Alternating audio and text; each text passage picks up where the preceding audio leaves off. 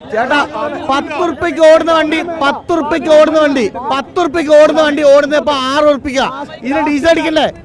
കേരളത്തിൽ കോൺഗ്രസ് അധികാരത്തിലെത്തിയപ്പോൾ ജനക്ഷേമം മാറ്റത്തിന്റെ തുടക്കം എന്നൊക്കെ പറഞ്ഞ് കൈയടിച്ചവരിൽ ഒരു വിഭാഗം ഇന്ന് അതേ സർക്കാരിന്റെ പ്രിയദർശിനി പദ്ധതിക്കെതിരെ സമരമുഖത്താണ്.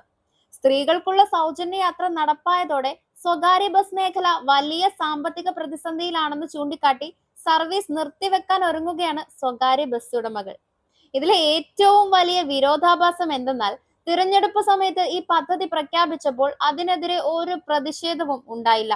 മറിച്ച് സർക്കാർ മാറിയപ്പോൾ ആവേശത്തോടെ ആഘോഷങ്ങളിൽ പങ്കെടുത്തവരാണ് ഇന്ന് സമരത്തിന് നേതൃത്വം നൽകുന്നതിൽ അധികവും.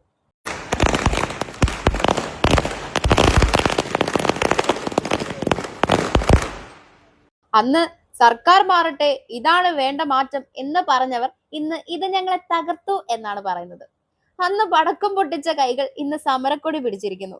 അന്ന് കൈയടിച്ചപ്പോൾ ഓർത്തില്ല ഇന്നത് സ്വന്തം തൊഴിലിനെ ബാധിക്കുമെന്ന്. പ്രിയദർശിനി പദ്ധതിക്ക് വിമർശനങ്ങൾ ഉയരുന്നുണ്ടെങ്കിലും അതിന്റെ സാമൂഹിക ഗുണങ്ങൾ അവഗണിക്കാനാവില്ല.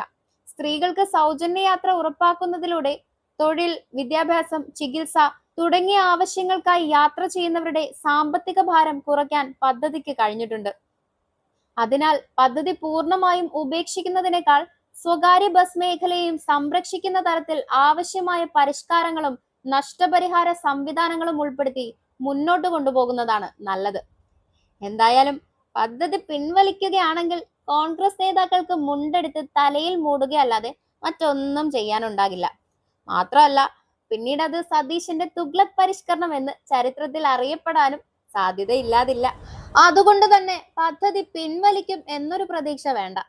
പിന്നെ സ്വകാര്യ ബസ് ഉടമകളോട് പുതിയ വരുമാന സ്രോതസ് തേടിക്കോ എന്ന ഗതാഗത മന്ത്രി CP ജോൺ പറഞ്ഞേക്കുന്നത്.